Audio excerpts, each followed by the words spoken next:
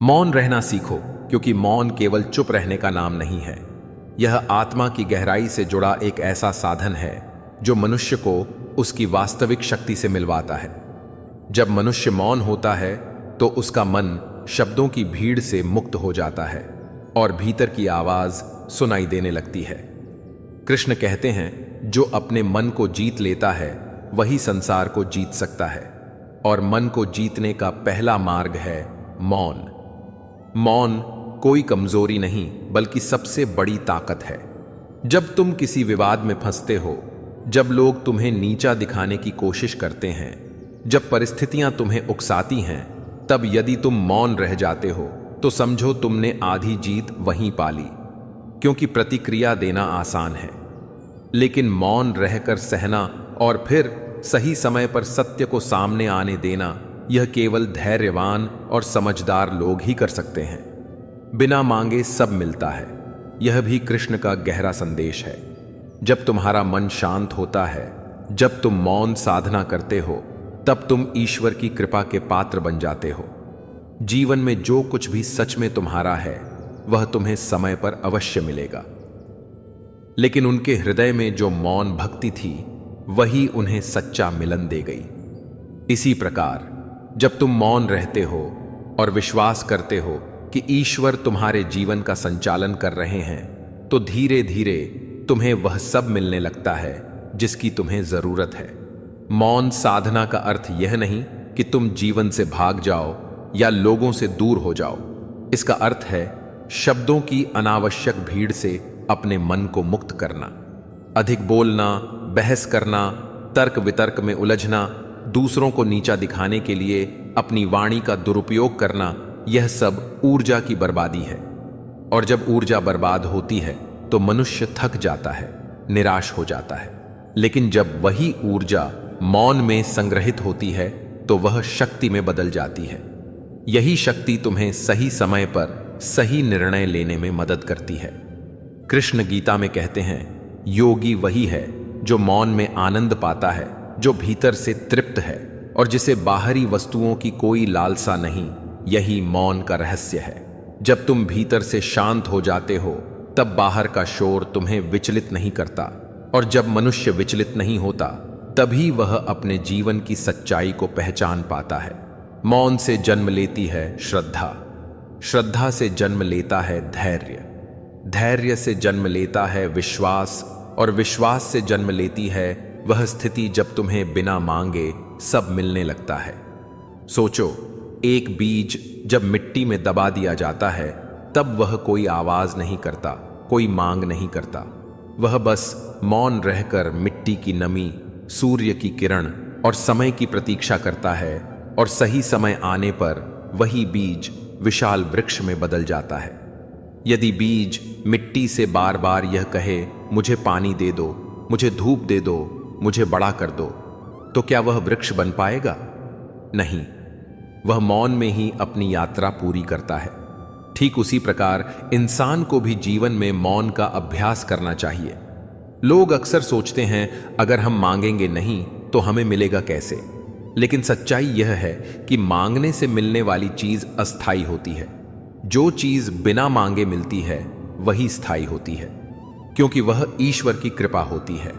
जैसे एक बच्चा अपनी मां से बार बार मांगता नहीं कि मुझे दूध पिला दो। मां को पहले से पता होता है कि बच्चे को कब भूख लगी होगी। उसी प्रकार भगवान भी पहले से जानते हैं कि उनके भक्त को कब, क्या और कैसे देना है। हमें केवल मौन विश्वास रखना है। मौन से मनुष्य की आभा बदल जाती है। जब तुम मौन रहते हो तो तुम्हारा चेहरा शांति से दमकने लगता है।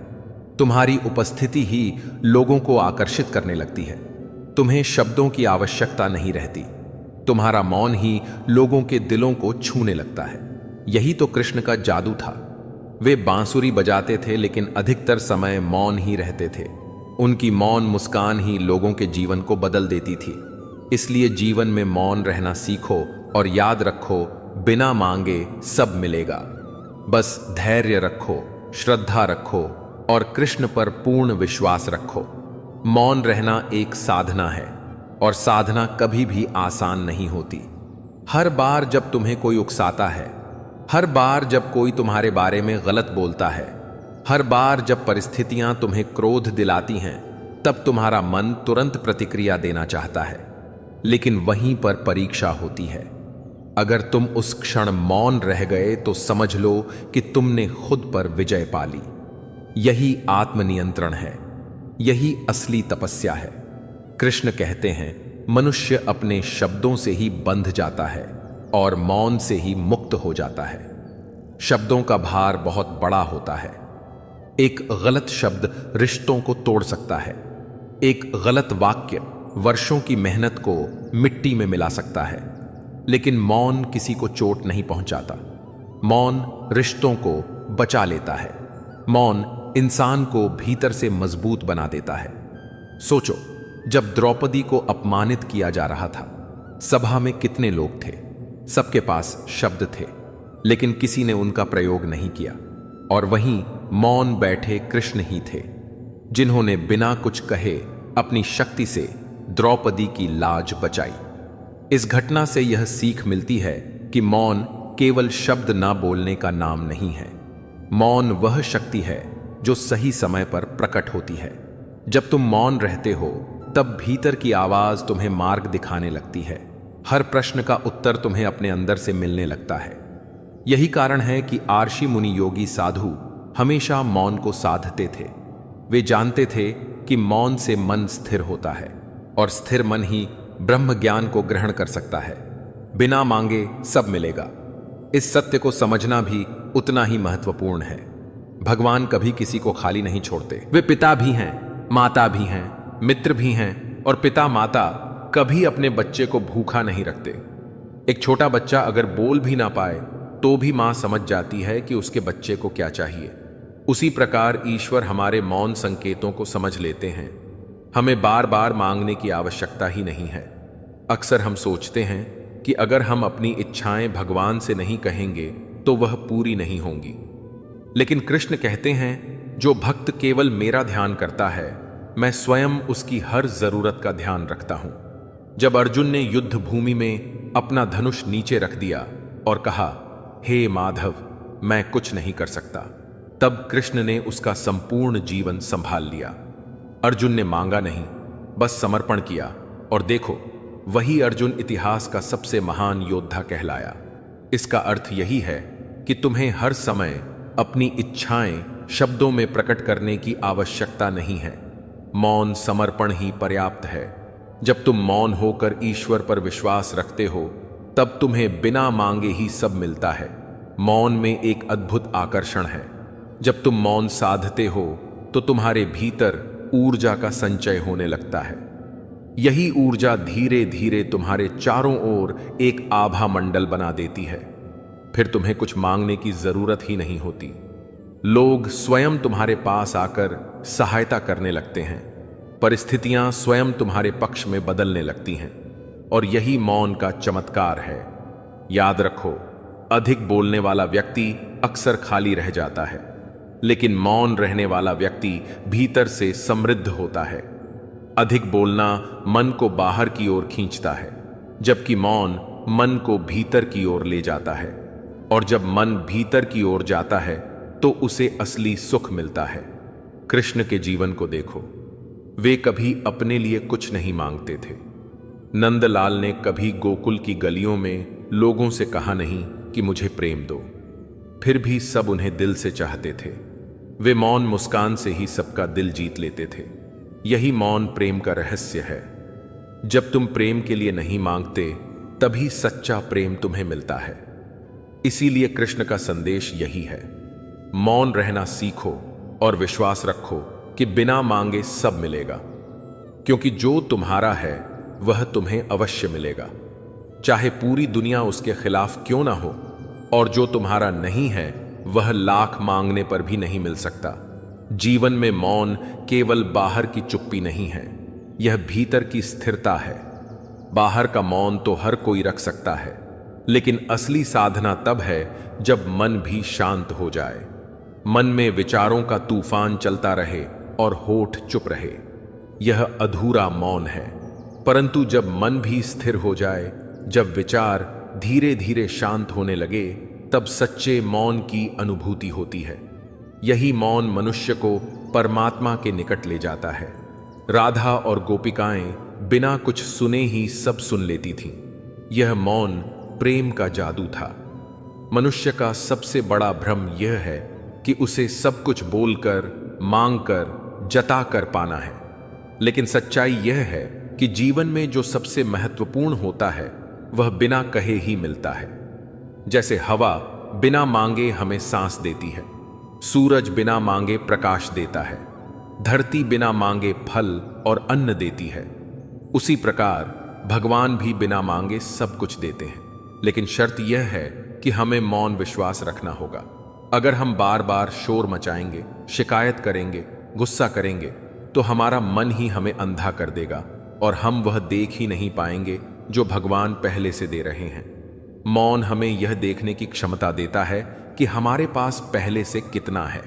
ध्यान दो, जब भी तुम किसी संकट में फंसते हो और तुरंत बोलने लगते हो, शिकायत करने लगते हो, तो तुम्हारी स्थिति और बिगड़ जाती है। लेकिन अगर उसी क्षण तुम मौन होकर भीतर झांको और भगवान पर विश्वास रखो, तो तुम्हें समाधान अपने आप दिखने लगता है। मौन तुम्हें धैर्य देता है और धैर्य ही सबसे बड़ी शक्ति है। यही कारण है कि गीता में कृष्ण कहते हैं, शांत मन वाला व्यक्ति ही सुखी है। शांति केवल मौन से आती है। जब मनुष्य मौन साध लेता है तो उसकी आत्मा और ईश्वर के बीच कोई दूरी नहीं रह जाती। बिना मांगे सब मिलेगा। इसका अर्थ केवल भौतिक वस्तुएं पाना नहीं है। इसका गहरा अर्थ है तुम्हें वह मिलेगा जिसकी तुम्हें सच में जरूरत है, ना कि वह जो तुम्हें केवल क्षणिक इच्छा के कारण चाहिए। भगवान कभी व्यर्थ चीज नहीं देते। वे वही देते हैं जो तुम्हारे जीवन के लिए सही है। सोचो, अगर एक बच्चा आग से खेलने की जिद करे तो क्या मां उसे आग पकड़ा देगी? नहीं, वह रोएगा, चिल्लाएगा, लेकिन मां नहीं मानेगी, क्योंकि मां जानती है कि यह आग उसके बच्चे को जला देगी। उसी प्रकार हम भगवान से कई बार ऐसी चीजें मांगते हैं जो हमारे जीवन को बिगाड़ सकती हैं, लेकिन वे नहीं देते। और जब समय सही होता है तो वे हमें वही देते हैं जो हमारे लिए शुभ होता है। इसीलिए कृष्ण कहते हैं, तुम कर्म करते जाओ, फल की चिंता मत करो। फल अपने समय पर तुम्हें मिलेगा और वही मिलेगा जो तुम्हारे लिए उचित है। तुम्हें सिर्फ मौन होकर प्रतीक्षा करनी है। मौन का एक और अद्भुत रहस्य है। यह इंसान को विनम्र बना देता है। जो मौन होता है वह कभी अहंकारी नहीं होता। अधिक बोलने वाला अहंकार में आ जाता है कि मैं सब जानता हूं, मैं सब कह सकता हूं। लेकिन मौन रहने वाला जानता है कि सत्य शब्दों से नहीं, अनुभव से प्रकट होता है। इसलिए वह विनम्र रहता है और ईश्वर केवल विनम्र हृदय में वास करते हैं। याद रखो, जैसे गहरी नदियां कम शोर करती हैं, वैसे ही गहरे लोग कम बोलते हैं। मौन उनका आभूषण होता है और यह मौन ही उन्हें महान बना देता है। जीवन में हर स्थिति पर प्रतिक्रिया मत दो, हर किसी की बात का उत्तर मत दो। कई बार मौन ही सबसे बड़ा उत्तर होता है। और जब तुम मौन होकर विश्वास रखते हो तो धीरे धीरे तुम्हें अनुभव होगा कि बिना मांगे ही सब तुम्हारे जीवन में आ रहा है। यही कृष्ण का वादा है। मौन रहना सीखो, क्योंकि मौन केवल चुप्पी का नाम नहीं है, यह धैर्य और विश्वास की जीती जागती मिसाल है। जब तुम मौन रहना सीख जाते हो तो तुम्हें समझ आता है कि हर परिस्थिति का उत्तर शब्दों में देना जरूरी नहीं है। कई बार मौन ही सबसे ऊंचा उत्तर होता है। सोचो, जब किसी ने तुम्हें गलत कहा और तुमने तुरंत प्रतिक्रिया दे दी तो विवाद बढ़ गया। लेकिन अगर उसी क्षण तुम मौन रहते तो सामने वाला स्वयं ही थक कर शांत हो जाता। यही मौन की ताकत है। यह धीरे धीरे सबसे बड़ी आग को भी बुझा देता है। कृष्ण हमेशा यही सिखाते हैं कि जीवन का खेल धैर्य और मौन से ही जीता जाता है। अर्जुन जब युद्ध भूमि में घबराया तो उसने अपने मन की बात कृष्ण से कही, परंतु कृष्ण ने उसे उपदेश देने में जल्दबाजी नहीं की। उन्होंने शांत रहकर उचित समय पर गीता का ज्ञान दिया। यही मौन धैर्य था जिसने अर्जुन का जीवन बदल दिया और उसे विजय बना दिया। मौन केवल शब्दों का संयम नहीं है, यह भावनाओं का भी नियंत्रण है। जब तुम क्रोध में हो और मौन साध लेते हो तो तुम अपने क्रोध पर विजय पा लेते हो। जब तुम दुख में हो और मौन साध लेते हो तो तुम अपने दुख को सहने की शक्ति पा लेते हो। और जब तुम प्रसन्नता में हो और मौन साध लेते हो तो तुम्हारी खुशी स्थिर हो जाती है। मौन हर भावना को संतुलित कर देता है। बिना मांगे सब मिलेगा, यह कृष्ण का गहरा वचन है। परंतु यह तभी संभव है जब तुम मौन और धैर्य से प्रतीक्षा करना सीखो। फूल कभी तुरंत नहीं खिलता। बीज को मौन रहकर अंधेरी मिट्टी में रहना पड़ता है। वह शिकायत नहीं करता, वह मांगता नहीं है, लेकिन जब समय आता है तो वही बीज सुंदर फूल में बदल जाता है।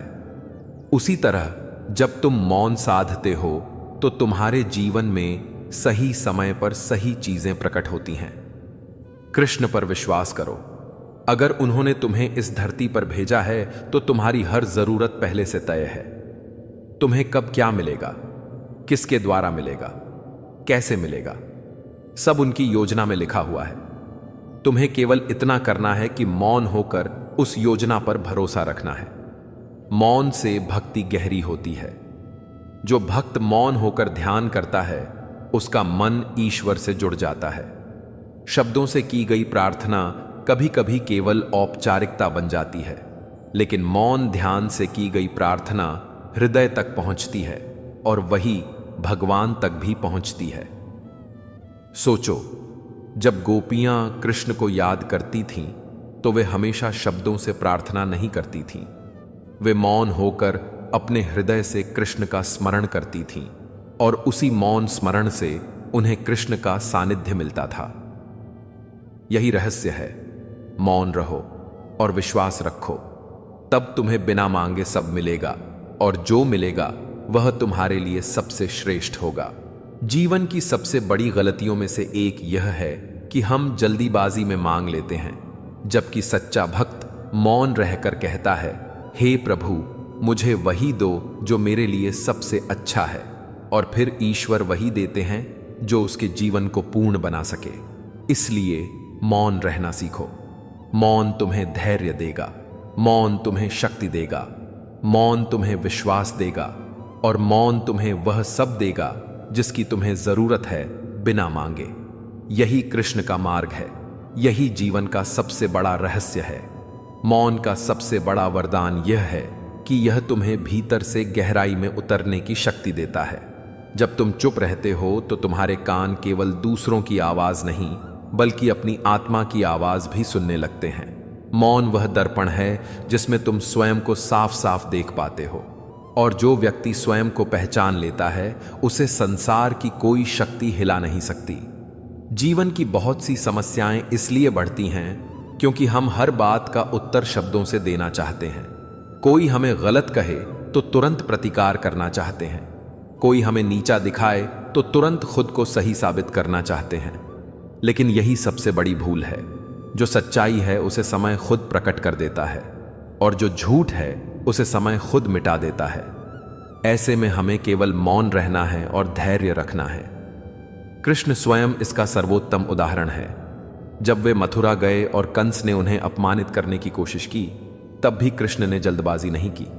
वे मौन रहे, धैर्यपूर्वक सही समय की प्रतीक्षा की, और जब समय आया तो कंस का अंत हुआ और धर्म की विजय हुई। अगर कृष्ण चाहे तो तुरंत अपनी शक्ति दिखा सकते थे, लेकिन उन्होंने मौन रहकर धैर्य का उदाहरण प्रस्तुत किया। यही सच्ची शक्ति है। मौन रहना केवल शांति का साधन नहीं है, यह आत्मविश्वास का प्रतीक भी है। जो व्यक्ति मौन रह सकता है वही जानता है कि उसकी सत्यता इतनी प्रबल है कि उसे शब्दों में साबित करने की आवश्यकता नहीं है। उसका मौन ही उसकी सच्चाई को प्रकट कर देता है। अब सोचो, जब कोई तुम्हें चोट पहुंचाए और तुम मौन रहो तो तुम्हारा मौन तुम्हें भीतर से मजबूत कर देगा। धीरे धीरे लोग समझेंगे कि तुम सच्चे हो, क्योंकि तुम्हारा मौन तुम्हारे चरित्र का प्रमाण बन जाएगा। जबकि अधिक बोलने वाला व्यक्ति अंत में खुद ही अपने शब्दों में उलझ जाता है। बिना मांगे सब मिलेगा, इसका अर्थ केवल बाहरी वस्तुएं नहीं हैं, यह जीवन के हर पहलू पर लागू होता है। तुम्हें प्रेम चाहिए, यदि तुम मौन रहो और सच्चे भाव रखो तो प्रेम बिना मांगे तुम्हारे पास आएगा। तुम्हें सम्मान चाहिए? यदि तुम मौन रहो और अपने कर्म से जीवन जियो तो सम्मान बिना मांगे तुम्हें मिलेगा। तुम्हें सफलता चाहिए? यदि तुम मौन रहकर कर्म करते रहो तो सफलता भी अपने समय पर तुम्हारे चरण चूमेगी। कृष्ण बार बार यही सिखाते हैं कि मनुष्य को केवल कर्म करना है, फल की चिंता नहीं करनी है। मांगने से फल जल्दी नहीं मिलता, बल्कि उलझने और बढ़ जाती हैं। मौन होकर कर्म करने वाला व्यक्ति अंततः वही सब पाता है जिसकी उसे जरूरत होती है। यहां इबालशु के गहरा रहस्य है। जो मौन रहना सीख जाता है वह अपनी इच्छाओं पर भी नियंत्रण कर लेता है, और जब इच्छाएं नियंत्रित हो जाती हैं, आमपाम अपने आवगताई हैं, तो जीवन सरल और सहज हो जाता है। फिर भगवान स्वयं उसकी जिम्मेदारी उठा लेते हैं। गीता में कृष्ण ने कहा है, जो मेरा भक्त केवल मेरा ध्यान करता है और अपनी सारी चिंताओं को मेरे हवाले कर देता है, मैं स्वयं उसकी हर आवश्यकता का ध्यान रखता हूं। यही तो बिना मांगे सब मिलने का वचन है। सोचो, जब तुम बच्चे थे तब तुमने जीवन में बहुत कुछ बिना मांगे पाया। तुम्हारे माता पिता ने तुम्हें भोजन दिया, शिक्षा दी, प्रेम दिया। क्या तुमने हर बार मांगा था? नहीं, तुम्हारी मासूमियत ही तुम्हारे लिए वरदान बन गई। उसी तरह जब तुम मासूम विश्वास से भगवान पर भरोसा करते हो और मौन साध लेते हो तो जीवन में तुम्हें सब मिलने लगता है। मौन इंसान को भीतर से दिव्य बना देता है। यह उसे हर परिस्थिति में धैर्यवान बनाता है, और वही धैर्य अंततः उसका सबसे बड़ा हथियार बन जाता है। याद रखो, बोलने से कभी कभी हम दूसरों को जीत सकते हैं, लेकिन मौन से हम स्वयं को जीत लेते हैं। और जिसने स्वयं को जीत लिया, उसके लिए जीत और हार का कोई अर्थ नहीं रह जाता। वही सच्चा मुक्त है, वही सच्चा आनंदित है, वही सच्चा कृष्ण का भक्त है। इसलिए जीवन का यह नियम अपने हृदय में उतार लो। मौन रहना सीखो और विश्वास रखो कि बिना मांगे सब मिलेगा, क्योंकि भगवान तुम्हारी हर जरूरत को तुमसे पहले जानते हैं। तुम्हें केवल धैर्य रखना है, विश्वास रखना है और मौन साधना करनी है। मौन रहना सीखो, क्योंकि मौन ही वह शक्ति है जो मनुष्य को भीड़ में भी अलग पहचान दिलाती है। लोग अक्सर सोचते हैं कि जो ज्यादा बोलता है वही प्रभावशाली होता है, परंतु सच्चाई इसके बिल्कुल विपरीत है। प्रभावशाली वही होता है जो मौन रहकर अपने कर्म से बोलता है। उसके शब्दों से अधिक उसका व्यक्तित्व और आभा लोगों को आकर्षित करती है। कृष्ण का जीवन देखो, वे गोकुल में कभी स्वयं जाकर यह नहीं कहते थे कि मैं तुम्हारा पालनहार हूं, मैं तुम्हारा भगवान हूं। वे बस मौन भाव से सबका साथ निभाते रहे। उनकी बांसुरी की तान और उनकी मौन मुस्कान ही इतनी गहरी थी कि हर कोई उनका दीवाना हो गया। यही मौन का जादू है। तुम्हें बिना कुछ कहे सब मिल जाता है। लोग अक्सर शब्दों से रिश्ते जोड़ने की कोशिश करते हैं। वे मीठी बातें करके, तारीफ करके सामने वाले को जीतना चाहते हैं, लेकिन ऐसे रिश्ते लंबे समय तक नहीं टिकते। असली रिश्ते तब बनते हैं जब तुम्हारा मौन और तुम्हारा व्यवहार किसी के दिल को छू जाता है। यही कारण है कि मौन प्रेम, मौन त्याग और मौन भक्ति सबसे शक्तिशाली होते हैं। बिना मांगे सब मिलेगा। इस वचन को समझने के लिए एक उदाहरण सोचो। जब सूरज उगता है तो वह किसी से नहीं कहता कि आओ मेरी रोशनी लो, फिर भी पूरी धरती उसकी रोशनी से भर जाती है। जब बादल बरसते हैं तो वे नहीं कहते कि आओ पानी लो, फिर भी खेत, जंगल और नदियां उनसे सींच जाती हैं। उसी प्रकार भगवान भी बिना कहे ही सब कुछ देते हैं। हमें केवल प्रतीक्षा करनी होती है।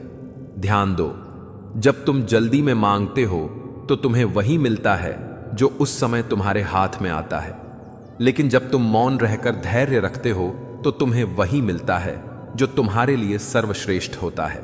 यही कारण है कि जल्दबाज लोग अक्सर पछताते हैं और धैर्यवान लोग अंत में आनंदित होते हैं। मौन रहना साधारण नहीं है, यह तपस्या है। जब कोई तुम्हें अपमानित करे और तुम मौन रहो तब तुम साधना कर रहे हो। जब कोई तुम्हारे खिलाफ बोले और तुम प्रतिक्रिया ना दो तब तुम तप कर रहे हो, और यह तप ही तुम्हें भीतर से अजय बना देता है। गीता में कृष्ण ने कहा है, योगी वही है जो मौन में सुख पाता है, क्योंकि मौन में ही आत्मा और परमात्मा का मिलन होता है। मौन मन को उस स्तर पर ले जाता है जहां उसे बाहरी वस्तुओं की आवश्यकता नहीं रहती। यही सच्चा सुख है। सोचो, जब एक नदी बहती है तो उसका शोर केवल किनारों पर सुनाई देता है, लेकिन जब वही नदी सागर में मिलती है तो उसका शोर मौन हो जाता है, फिर वह विशाल सागर का हिस्सा बन जाती है। वैसे ही जब तुम मौन रहना सीखते हो तो तुम्हारा छोटा सा अस्तित्व विशाल ईश्वर में मिल जाता है। तब तुम्हें समझ आता है कि बिना मांगे ही सब कुछ पहले से तुम्हारा है। मौन का एक और वरदान है, यह तुम्हें समझदार बना देता है। बोलते समय मनुष्य कई बार भावनाओं में बहकर गलत शब्द बोल देता है, लेकिन मौन उसे सोचने का अवसर देता है, और जब सोचने का अवसर मिलता है तो निर्णय बेहतर होते हैं। यही कारण है कि बुद्धिमान लोग हमेशा मौन को महत्व देते हैं। बिना मांगे सब मिलेगा, क्योंकि जो तुम्हारा है वह तुम्हें छोड़कर कहीं नहीं जा सकता, और जो तुम्हारा नहीं है वह लाख कोशिशों और मांगने के बाद भी तुम्हारे पास नहीं टिक सकता। इसलिए अनावश्यक शब्दों और अनावश्यक इच्छाओं से खुद को मुक्त करो। बस मौन रहो और विश्वास रखो। समय आने पर भगवान तुम्हें वही देंगे जो तुम्हारे लिए सबसे उचित है। इसलिए कृष्ण का यह संदेश अपने हृदय में उतार लो। मौन रहना सीखो, क्योंकि मौन में ही शक्ति है और मौन में ही विश्वास है। और याद रखो, जो मौन रहना जानता है उसे बिना मांगे सब मिलता है। जब मनुष्य मौन का अभ्यास करता है तो धीरे धीरे उसके भीतर एक नई शक्ति का उदय होता है। यह शक्ति उसे साधारण लोगों से अलग कर देती है। दुनिया शब्दों के शोर में उलझी रहती है, पर जो मौन साधता है वह सत्य की आवाज सुन पाता है। श्री कृष्ण भी यही तो सिखाते हैं।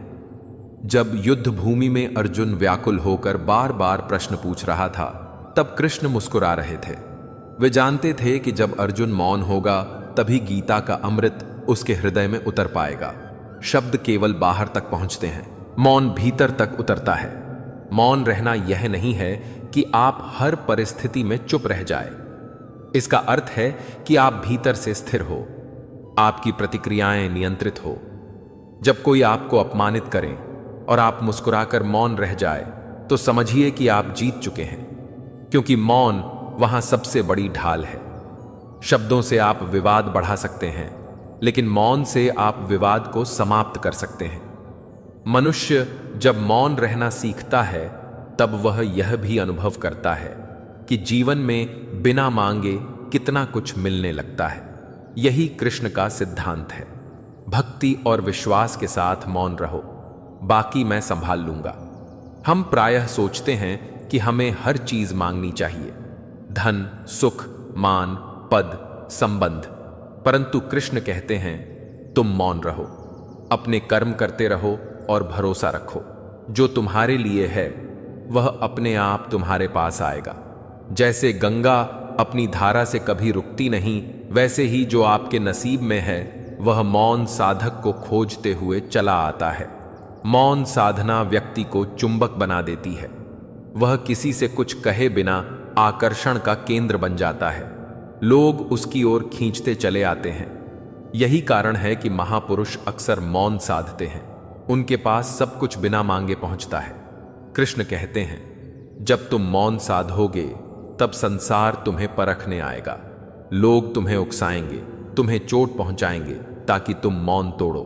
परंतु यदि तुम धैर्यपूर्वक मौन रह गए तो समझो कि तुम्हारा आत्मबल बढ़ रहा है, और यही आत्मबल तुम्हें वह सब देगा जो तुम्हारे जीवन में आवश्यक है।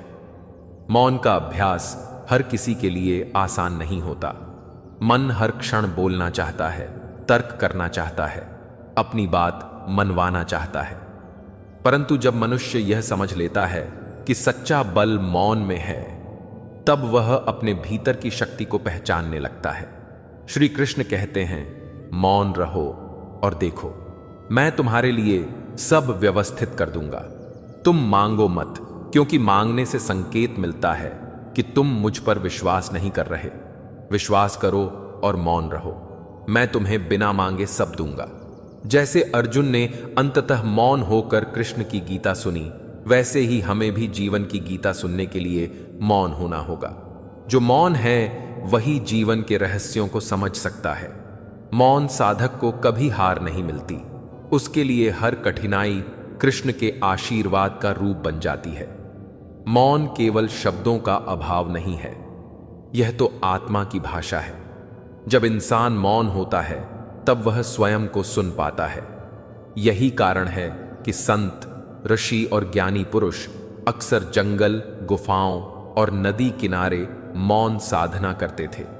वे जानते थे कि संसार का शोर आत्मा की आवाज को दबा देता है, और जब आत्मा की आवाज दब जाती है तब इंसान केवल बाहरी चीजों के पीछे भागता रहता है। कृष्ण यही समझाते हैं, जब तुम मौन रहना सीखोगे तब जीवन तुम्हें संकेत देगा। जो तुम्हारा है वह तुम्हारे सामने आ खड़ा होगा।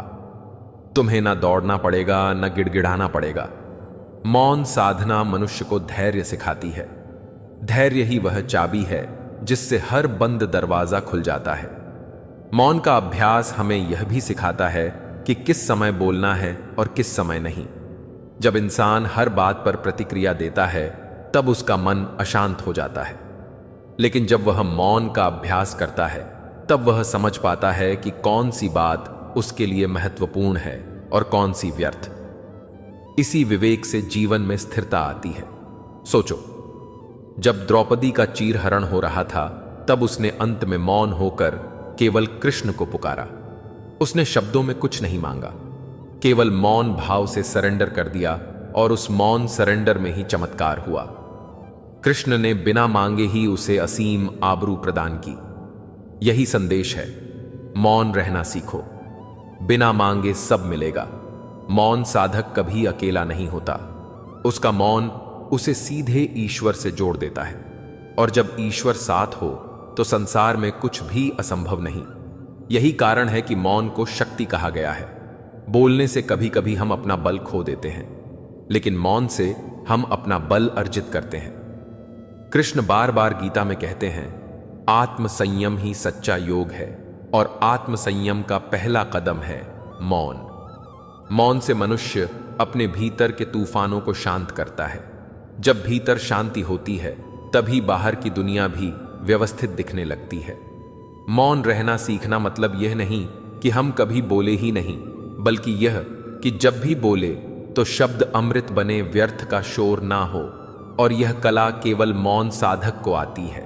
यही कारण है कि महापुरुषों के कम शब्द भी लाखों को बदल देते हैं। मौन साधना से मिलने वाली यह शक्ति धीरे धीरे इंसान को उस अवस्था में ले जाती है जहां जीवन की हर समस्या अपने आप हल होने लगती है, क्योंकि मौन साधक आकर्षण का केंद्र बन जाता है। उसका मौन उसकी ऊर्जा को और प्रखर बना देता है, और वही ऊर्जा उसके जीवन में बिना मांगे सब कुछ खींच लाती है। मौन का सबसे बड़ा उपहार है अंतर की स्पष्टता। जब इंसान लगातार बोलता है, विवाद करता है, अपने पक्ष को साबित करने की कोशिश करता है, तब उसका मन थक जाता है। लेकिन जब वही व्यक्ति मौन का चुनाव करता है तब उसका मन धीरे धीरे साफ दर्पण की तरह हो जाता है। उस दर्पण में उसे अपना वास्तविक स्वरूप दिखाई देता है। यही तो आत्मज्ञान की शुरुआत है। मौन से मनुष्य के भीतर धैर्य की स्थापना होती है। धैर्य वह शक्ति है जो मनुष्य को समय का इंतजार करना सिखाती है। जो व्यक्ति मौन में जीता है वह जानता है कि समय पर सब मिलेगा, इसलिए वह अधीर नहीं होता। उसकी शांति ही उसकी शक्ति बन जाती है। यही कारण है कि कृष्ण कहते हैं, जो तुम्हारा है वह तुम्हें ढूंढता हुआ आएगा। मौन मनुष्य को दूसरों से अलग पहचान देता है। जब सब लोग शोर मचा रहे होते हैं, बहस कर रहे होते हैं, तब मौन रहने वाला व्यक्ति सबसे प्रभावशाली लगता है। उसका मौन ही उसकी पहचान बन जाता है। यही कारण है कि समाज में मौन साधक को विशेष आदर मिलता है। लोग उसकी चुप्पी में गहराई देखते हैं। मौन का एक और अद्भुत पहलू है, यह आत्मा को ईश्वर से जोड़ देता है। जब इंसान मौन होता है तभी वह प्रार्थना की असली शक्ति को महसूस करता है। शब्दों में की गई प्रार्थना केवल कानों तक पहुंचती है, लेकिन मौन भाव में की गई प्रार्थना सीधे भगवान के हृदय तक पहुंचती है। यही कारण है कि मौन साधक को बिना मांगे ही सब कुछ मिलता है। सोचो, जब मीरा ने कृष्ण को याद किया तो उसने हमेशा मौन प्रेम का मार्ग चुना। उसने मांगा नहीं, बस गाया, रोई और मौन भाव से कृष्ण को समर्पित हो गई। यही कारण है कि कृष्ण ने मीरा को अपना लिया। यह उदाहरण हमें बताता है कि मौन भक्ति से ईश्वर को भी बांधा जा सकता है। मौन केवल बाहरी साधना नहीं है, यह तो आंतरिक यात्रा है। यह मनुष्य को भीतर से इतना मजबूत बना देता है कि वह जीवन की किसी भी परिस्थिति में डगमगाता नहीं। यह मौन ही है जो इंसान को अडिग विश्वास देता है कि चाहे हालात जैसे भी हो, कृष्ण साथ हैं और सब ठीक होगा। मौन का सबसे बड़ा रहस्य यही है कि यह भीतर की शक्ति को बाहर प्रकट करता है। जब इंसान मौन होता है तो उसके चारों ओर एक अदृश्य आभा बनने लगती है। यह आभा ही उसे दूसरों से अलग कर देती है। लोगों को लगता है कि इस व्यक्ति में कोई अनोखी शांति है, कोई ऐसा बल है जो शब्दों से नहीं समझाया जा सकता। यही कारण है कि मौन साधक जहां भी जाता है वहां का वातावरण शांत और सकारात्मक हो जाता है। श्री कृष्ण गीता में कहते हैं, योगी वही है जिसने अपने मन को जीत लिया, और मन को जीतने का सबसे सरल मार्ग है मौन। क्योंकि मनुष्य का मन शब्दों और विचारों से भरा रहता है। जितना अधिक बोलते हैं उतने अधिक विचार पैदा होते हैं। लेकिन जब इंसान मौन रहता है तो विचारों की गति धीमी पड़ने लगती है, और जब विचार शांत होते हैं तभी आत्मा की आवाज सुनाई देती है। एक बार अर्जुन ने कृष्ण से पूछा, प्रभु, मन तो बड़ा चंचल है, इसे काबू में लाना असंभव लगता है। तब कृष्ण मुस्कुराए और बोले, अर्जुन, मन वश में नहीं होता शब्दों से, यह मौन से वश में होता है। मौन साधना करोगे तो मन स्वयं शांत हो जाएगा। यह संदेश केवल अर्जुन के लिए नहीं बल्कि हम सब के लिए है। मौन मनुष्य को यह सिखाता है कि उसे हर चीज के लिए लड़ना या मांगना नहीं पड़ता। जब वह मौन और धैर्य से प्रतीक्षा करता है तो जीवन स्वयं उसे वह सब देने लगता है जो उसके भाग्य में लिखा है। जो लोग अधीर होकर हर समय बोलते रहते हैं वे थक जाते हैं, निराश हो जाते हैं। लेकिन जो मौन साधक होता है वह जानता है कि उसका हिस्सा उसे किसी न किसी रूप में अवश्य मिलेगा। मौन का एक और अद्भुत पहलू है, यह संबंधों को बचाता है। अक्सर हम रिश्तों में शब्दों से ही चोट पहुंचाते हैं। गुस्से में कही गई एक बात जीवन भर का घाव छोड़ जाती है। लेकिन अगर उस समय इंसान मौन रह जाए तो न केवल झगड़ा टल सकता है बल्कि संबंध और भी गहरे हो सकते हैं। यही कारण है कि कृष्ण कहते हैं, मौन रहना सीखो, क्योंकि मौन वहां भी समाधान लाता है जहां शब्द असफल हो जाते हैं। सोचो, जब सुदामा कृष्ण से मिलने द्वारका पहुंचे तो उसने कुछ नहीं कहा। उसके मौन में ही उसकी दशा छिपी थी। कृष्ण ने उसका मौन पढ़ लिया और बिना कुछ मांगे ही सुदामा को सब दे दिया। यह कथा आज भी हमें यही सिखाती है कि जब हम मौन भाव से ईश्वर पर विश्वास करते हैं तब वह बिना मांगे हमारी झोली भर देते हैं। मौन मनुष्य को ईश्वर का प्रिय बना देता है, क्योंकि ईश्वर को शब्द नहीं चाहिए, उन्हें भाव चाहिए, और भाव की भाषा केवल मौन है। यही कारण है कि मंदिरों में भी गहरी शांति होती है, ताकि इंसान मौन होकर अपने भीतर झांक सके। जब इंसान मौन साधता है तो धीरे धीरे उसका चेहरा, उसकी आंखें, उसका आचरण सब बदलने लगता है। लोग कहते हैं इस व्यक्ति से मिलने पर एक अजीब सी शांति मिलती है। यह शांति उसका मौन ही है।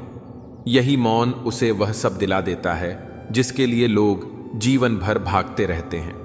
जब हम कृष्ण का नाम स्मरण करते हैं तो भीतर एक अद्भुत शांति आती है। यही शांति कर्म के कठोर फल को भी सहज बना देती है। जैसे किसी को बहुत भारी बोझ उठाना पड़े, लेकिन उसके पास मित्र हो जो उसका हाथ पकड़ ले तो बोझ हल्का लगता है। उसी प्रकार जब भक्त कर्म का बोझ उठाता है तब कृष्ण उसके साथ होते हैं और उसका बोझ हल्का कर देते हैं। कभी कभी भक्त सोचता है कि वह भी क्यों दुख झेल रहा है, लेकिन वह समझ नहीं पाता कि उसका दुख वास्तव में उसे ऊंचा उठा रहा है। कृष्ण अपने भक्तों को कभी विनाश नहीं देते, केवल परीक्षा देते हैं, और इन परीक्षाओं के माध्यम से उनका कर्म भी हल्का होता है और उनकी आत्मा भी शुद्ध होती है। यही कारण है कि जब बुरे कर्म का फल भक्त के जीवन में आता है, तब भी वह टूटता नहीं, बल्कि और मजबूत बनता है। मनुष्य अक्सर कर्म के जाल में फंसकर निराश हो जाता है, लेकिन कृष्ण यही सिखाते हैं कि निराशा का कोई कारण नहीं है। जो भी हो रहा है वह न्यायपूर्ण है और तुम्हारे हित में है। यदि तुम्हें सजा मिल रही है तो वह तुम्हें नया जीवन सिखाने के लिए है। यदि तुम्हें सुख मिल रहा है तो वह तुम्हारे अच्छे कर्म का परिणाम है। दोनों ही स्थिति में यह तुम्हें आगे बढ़ाने के लिए है। इस संसार में कोई भी कर्म व्यर्थ नहीं जाता। यदि तुमने किसी के लिए एक बूंद भी जल दिया है तो वह भी तुम्हारे पास लौट कर आता है, और यदि तुमने किसी की आत्मा को दुख पहुंचाया है तो वह भी तुम्हारे पास लौट कर आता है। एक कारण है कि मनुष्य को हर क्षण सावधान रहना चाहिए। एक छोटी सी गलती भी बड़ा असर डाल सकती है, और एक छोटा सा शुभ कर्म भी जीवन को बदल सकता है। कृष्ण बार बार कहते हैं कि कर्म से डरने की जगह कर्म को साधन बनाओ। यदि तुम हर कर्म को ईश्वर की भक्ति में बदल दो तो फिर डरने की कोई आवश्यकता नहीं है। जैसे खाना खाते समय भी सोचो कि यह कृष्ण को अर्पित है, काम करते समय भी सोचो कि यह कृष्ण की सेवा है, बात करते समय भी सोचो कि यह कृष्ण की महिमा है। जब यह भाव मन में आ जाता है तब जीवन स्वयं ही मुक्त हो जाता है। कर्म का सबसे बड़ा खेल यही है कि यह आत्मा को उसके ही कर्मों से मिलवाता है, लेकिन जब आत्मा कृष्ण की शरण में आ जाती है तो वह खेल बदल जाता है। तब कर्म आत्मा को बांधता नहीं, बल्कि उसे ऊपर उठाता है। यही कारण है कि भक्त को कभी यह डर नहीं होता कि उसका भविष्य क्या होगा। वह जानता है कि उसका भविष्य कृष्ण के हाथों में है।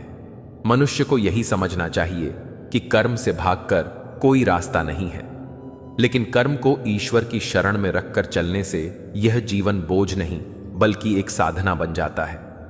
जो लोग इस रहस्य को समझ लेते हैं वे जीवन में हर परिस्थिति को मुस्कान से स्वीकार करते हैं। चाहे समय कितना भी कठोर क्यों ना हो, उनका विश्वास कभी नहीं टूटता, और यही विश्वास उन्हें हर बंधन से मुक्त करता है। जीवन की सबसे बड़ी घटनाएं जैसे जन्म, मृत्यु और बिछड़ना वास्तव में कर्म के ही परिणाम होते हैं। जब आत्मा किसी नए शरीर में आती है तो यह केवल संयोग नहीं होता, बल्कि यह पुराने कर्मों की गिनती को पूरा करने का अवसर होता है। हर आत्मा वही शरीर पाती है, वही परिवार पाती है, वही परिस्थितियां पाती है जो उसके कर्मों के अनुरूप होती हैं। कोई सुखी घर में जन्म लेता है, कोई निर्धन परिवार में, कोई स्वस्थ शरीर के साथ आता है, कोई जन्म से ही बीमारी लेकर। यह सब कर्म का अदृश्य खेल है। मृत्यु भी अचानक नहीं आती, यह आत्मा की यात्रा का एक ठहराव है। जब आत्मा ने जितने कर्म करने थे कर लिए, जितना हिसाब चुकाना था चुका लिया, तब वह शरीर छोड़ देती है। मृत्यु हमें डरावनी लगती है, लेकिन वास्तव में यह आत्मा के लिए एक नया द्वार है। अगर आत्मा ने शुभ कर्म किए हैं तो मृत्यु के बाद का द्वार प्रकाश से भरा होता है, और यदि आत्मा ने पाप किए हैं तो वही द्वार अंधकार और पीड़ा से भरा होता है। यही कारण है कि कृष्ण कहते हैं, जैसा तुम्हारा कर्म है वैसा ही तुम्हारा अंत है। बिछड़ना भी कर्म का हिस्सा है। जब कोई अपना हमसे दूर होता है तो यह केवल भावनात्मक घटना नहीं होती, यह आत्माओं का पुराना बंधन है जो इस जन्म में पूरा होकर समाप्त हो रहा है। हो सकता है पिछले जन्म में किसी आत्मा ने हमसे प्रेम किया हो, हमारी सहायता की हो या हमें दुख दिया हो। इस जन्म में वही आत्मा हमारे करीब आती है और अपना हिसाब पूरा करके चली जाती है। इसलिए कोई रिश्ता लंबा चलता है और कोई रिश्ता छोटा, कोई हमें सुख देता है, कोई दुख देता है, लेकिन हर रिश्ता एक गहरा उद्देश्य लेकर आता है, कर्म का लेखा चुकाने का। जब हम यह समझ लेते हैं कि जीवन की हर बड़ी घटना कर्म से जुड़ी है, तो हमारा दृष्टिकोण बदल जाता है। हम मृत्यु को अंत नहीं मानते, बिछड़ने को श्राप नहीं मानते, जन्म को केवल संयोग नहीं मानते। हम यह समझते हैं कि यह सब आत्मा की यात्रा है और हर पड़ाव कर्म की गवाही है। कृष्ण हमें यही सिखाते हैं कि जब तुम्हारे जीवन में कोई बड़ा बदलाव आए तो डरना मत। यदि कोई अपना चला जाए तो यह मानो कि उसका कर्म का अध्याय पूरा हो गया। यदि मृत्यु सामने आ जाए तो यह मानो कि आत्मा नए सफर पर जा रही है। यदि नया जीवन आरंभ हो तो यह मानो कि पुराने कर्म नए अवसर लेकर आए हैं। इस दृष्टि से देखने पर दुख भी शिक्षा बन जाता है और सुख भी साधना। मनुष्य को सबसे बड़ी भूल यही होती है कि वह हर चीज को केवल वर्तमान जीवन से जोड़कर देखता है। लेकिन कृष्ण कहते हैं, आत्मा ना तो जन्म लेती है और न मरती है, वह केवल कर्म का लेखा चुकाने के लिए शरीर बदलती है। जब यह ज्ञान आ जाता है तब कोई भी घटना हमें विचलित नहीं कर पाती। हम हर परिस्थिति को स्वीकार करने की शक्ति पा लेते हैं।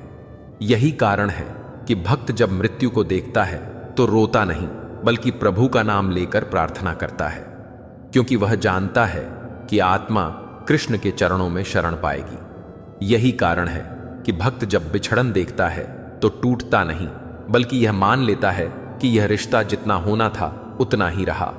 और यही कारण है कि भक्त जब जन्म देखता है तो उसमें केवल उत्सव नहीं देखता, बल्कि यह भी देखता है कि यह आत्मा भी अपने कर्म का नया सफर शुरू करने आई है।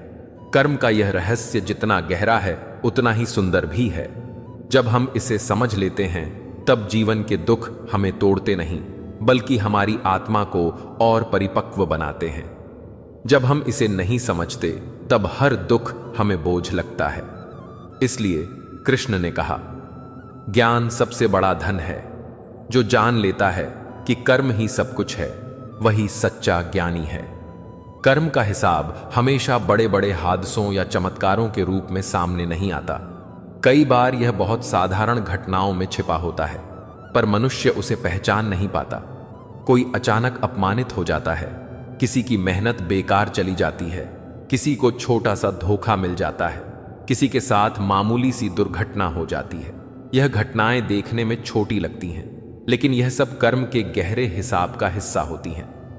कभी तुमने देखा होगा कि कोई बहुत होशियार छात्र परीक्षा में अच्छे अंक नहीं ला पाता, जबकि उसने मेहनत भी की होती है। कोई व्यवसाय बहुत प्रयास करता है, लेकिन बार बार उसका नुकसान होता है। कोई संबंध बहुत प्रेम से निभाता है, लेकिन फिर भी वह टूट जाता है। इन सब घटनाओं के पीछे केवल संयोग नहीं, बल्कि कर्म का अदृश्य न्याय होता है। कर्म का नियम यह है कि वह हर जगह संतुलन बनाता है।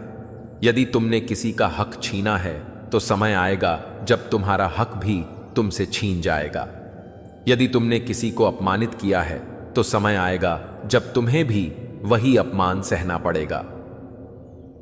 यदि तुमने कहा किसी की मेहनत को व्यर्थ किया है तो समय तुम्हारी मेहनत को भी व्यर्थ कर देगा। यही कारण है कि हर छोटी घटना को हल्के में नहीं लेना चाहिए। हर घटना अपने भीतर गहरा संदेश छिपाए होती है। कभी कभी कर्म हमें संकेत भी देता है, जैसे किसी काम में बार बार रुकावट आना, किसी रिश्ते में बार बार तनाव होना, किसी स्वास्थ्य समस्या का बार बार उभरना। यह सब इस बात के संकेत हैं कि हमें कहीं अपने कर्मों की समीक्षा करनी चाहिए। लेकिन मनुष्य अक्सर इसे नजरअंदाज कर देता है और इसे केवल किस्मत या बुरे समय का नाम दे देता है, जबकि सच्चाई यह है कि कर्म हमें बार बार आईना दिखा रहा होता है। कृष्ण कहते हैं कि जब भी जीवन में कुछ बार बार हो रहा हो तो उसे समझने की कोशिश करो, क्योंकि वह कर्म का संदेश है। यदि तुमने संदेश को समझ लिया तो तुम्हारा कर्म हल्का हो जाएगा, लेकिन यदि तुमने उसे अनदेखा किया तो वही कर्म एक दिन बहुत बड़ी परीक्षा के रूप में सामने आ जाएगा। यही कारण है कि सजग रहना ही सच्चा ज्ञान है। मनुष्य को हर छोटी घटना पर ध्यान देना चाहिए। जब कोई तुम्हें अपमानित करता है तो यह मत सोचो कि उसने तुम्हारे साथ अन्याय किया। यह देखो कि शायद तुमने भी कभी किसी को ऐसा दर्द दिया हो। जब कोई तुम्हारा हक छीनता है तो यह मत सोचो कि दुनिया अन्याय है। यह समझो कि शायद तुम्हारे पिछले कर्मों में भी किसी का हक छीना गया हो। यही सोच मनुष्य को विनम्र बनाती है और अहंकार को तोड़ती है। याद रखो, कर्म केवल सजा देने के लिए नहीं आता, यह हमें जागरूक बनाने के लिए आता है। जब हम अपनी गलतियों को स्वीकार कर लेते हैं तो कर्म का बोझ हल्का हो जाता है, लेकिन जब हम केवल दूसरों को दोष देते हैं तब कर्म और भारी हो जाता है। कृष्ण ने इसलिए कहा, जो अपने कर्मों को स्वीकार कर लेता है वही सच्चा साधक है। जब हम हर छोटी घटना को कर्म का दर्पण मानकर देखना शुरू कर देते हैं तब जीवन की कठिनाइयां भी हमें डराती नहीं, क्योंकि तब हमें पता होता है कि हर घटना हमें कुछ सिखाने आई है। कोई हमें धैर्य सिखाने आया है, कोई हमें विनम्रता सिखाने आया है, कोई हमें क्षमा सिखाने आया है, और यही सीख वास्तव में आत्मा की प्रगति है। इसलिए जब जीवन में अगली बार कोई छोटी सी भी कठिनाई आए तो इसे बोझ मत मानो, इसे कर्म का संदेश मानो और सोचो, कृष्ण मुझे क्या सिखाना चाहते हैं। जब यह दृष्टि बन जाती है तो साधारण घटनाएं भी आध्यात्मिक शिक्षा बन जाती हैं। कर्म का हिसाब इतना सूक्ष्म है कि मनुष्य अक्सर इसे समझ ही नहीं पाता। वह सोचता है कि उसने कोई गलती की और वह भूल गई, अब उसका कोई असर नहीं होगा। लेकिन कृष्ण कहते हैं, प्रत्येक कर्म, चाहे वह बड़ा हो या छोटा, उसका प्रभाव सृष्टि के नियमों में अंकित हो जाता है। यही कारण है कि हम जब किसी कारण से पीड़ा झेलते हैं तो उसका बीज कई बार वर्षों पहले बोया गया होता है। समय के अंतराल के कारण मनुष्य को लगता है कि यह अन्याय है, लेकिन वास्तव में यह न्याय ही है। कृष्ण बार बार यही संदेश देते हैं कि कर्म का फल देर से मिले पर मिलता अवश्य है। जैसे किसान खेत में बीज बोकर तुरंत फल की उम्मीद नहीं करता, वैसे ही अच्छे और बुरे कर्म दोनों अपने समय पर ही परिणाम देते हैं। कई बार यह परिणाम उसी जीवन में मिल जाता है और कई बार अगले जन्मों तक चला जाता है। यही कारण है कि जीवन को समझने के लिए धैर्य और श्रद्धा दोनों आवश्यक हैं। मनुष्य अक्सर अपने भाग्य को कोसता है जब जीवन में कठिनाइयां आती हैं, जब मनचाही चीजें हाथ से छीन जाती हैं, जब परिश्रम करने के बाद भी फल नहीं मिलता, तब सबसे पहले इंसान अपने भाग्य को दोष देता है। वह सोचता है कि शायद भगवान ने उसके साथ अन्याय किया है, शायद किस्मत ने उसे धोखा दिया है। लेकिन सच्चाई यह है कि भाग्य उतना निर्दयी नहीं होता जितना हम उसे मान लेते हैं। भाग्य केवल वही लौटाता है जो हमने कभी कर्म के रूप में बोया है। भक्त की कहानी भी कुछ ऐसी ही है। एक सच्चा भक्त जिसने अपना जीवन भगवान कृष्ण के चरणों में समर्पित कर दिया था। जब संकटों से घिरा तो उसके मन में भी एक क्षण के लिए यह विचार आया कि शायद मेरा भाग्य ही खराब है। लेकिन धीरे धीरे उसे अनुभव हुआ कि भाग्य को कोसने से समाधान नहीं निकलता, बल्कि भगवान पर विश्वास और धैर्य ही वह चाबी है जो बंद किस्मत के दरवाजों को खोल देती है। कभी कभी भगवान भक्त की परीक्षा लेते हैं। वे चाहते हैं कि इंसान भाग्य को दोष देने के बजाय अपने विश्वास को मजबूत करें। जीवन की हर कठिनाई हमें यह सिखाती है कि जो भी हो रहा है उसमें कोई ना कोई छुपा हुआ कारण है। भाग्य को कोसने से हम उस कारण को समझ नहीं पाते, बल्कि दुख और बढ़ जाता है। लेकिन जब हम यह मान लेते हैं कि जो कुछ भी हो रहा है वह कृष्ण की इच्छा से है और मेरे लिए अच्छा है, तब हर कठिनाई सरल लगने लगती है। उस भक्त की कहानी यही सिखाती है। वह गरीब था, जीवन संघर्ष से भरा हुआ था, लोग उसका मजाक उड़ाते थे, लेकिन वह भीतर से जानता था कि एक दिन भगवान उसका मार्ग प्रशस्त करेंगे। कई बार उसने आंसू बहाए, कई बार रातों को भूखा सोया, लेकिन कभी हार नहीं मानी। जब जब वह भाग्य को कोसने लगा, तब तब उसके मन में कृष्ण की वाणी गूंज उठी, हे भक्त, भाग्य को मत कोस, अपने कर्मों को सुधार और मुझ पर विश्वास रख। जो तेरा है वह तुझसे कोई छीन नहीं सकता। यही कारण है कि धीरे धीरे उसका जीवन बदलने लगा। जिन मुश्किलों को वह शाप समझ रहा था, वही उसके लिए वरदान बन गई। उसे एहसास हुआ कि भाग्य को कोसना अंधकार में दीपक बुझाने जैसा है और विश्वास रखना अंधकार में दीपक जलाने जैसा है। इस कहानी के माध्यम से हम समझ सकते हैं कि जब तक हम अपने भाग्य को दोष देते रहेंगे तब तक हम अपनी शक्ति को खोते रहेंगे, लेकिन जब हम भगवान के नाम का स्मरण करते हुए धैर्य और विश्वास से आगे बढ़ेंगे तब भाग्य भी हमारे सामने नतमस्तक हो जाएगा। भक्त की आंखों में आंसू थे, लेकिन उन आंसुओं में शिकायत नहीं बल्कि प्रभु के प्रति प्रेम झलक रहा था।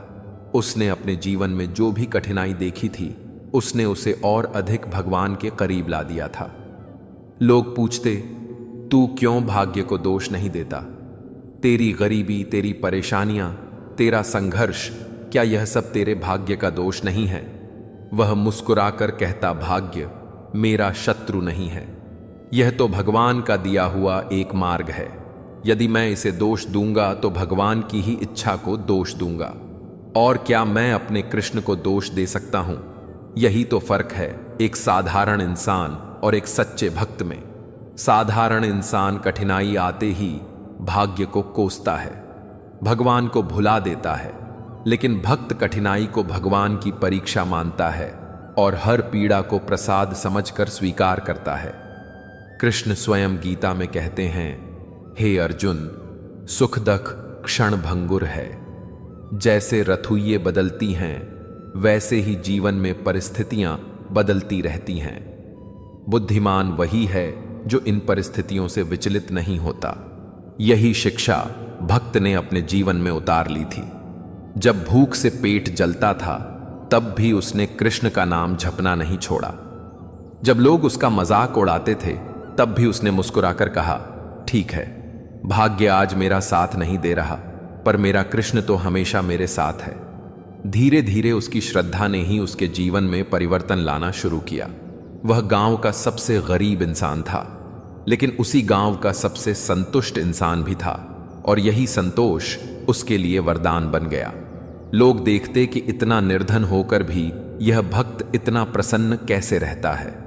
वे हैरान थे कि जिसके पास कुछ नहीं उसके पास सब कुछ है। समय का खेल देखिए, वही लोग जो कभी उसके भाग्य पर हंसते थे वही धीरे धीरे उसके पास आकर पूछने लगे, भाई तेरा रहस्य क्या है? तू हमेशा प्रसन्न कैसे रहता है?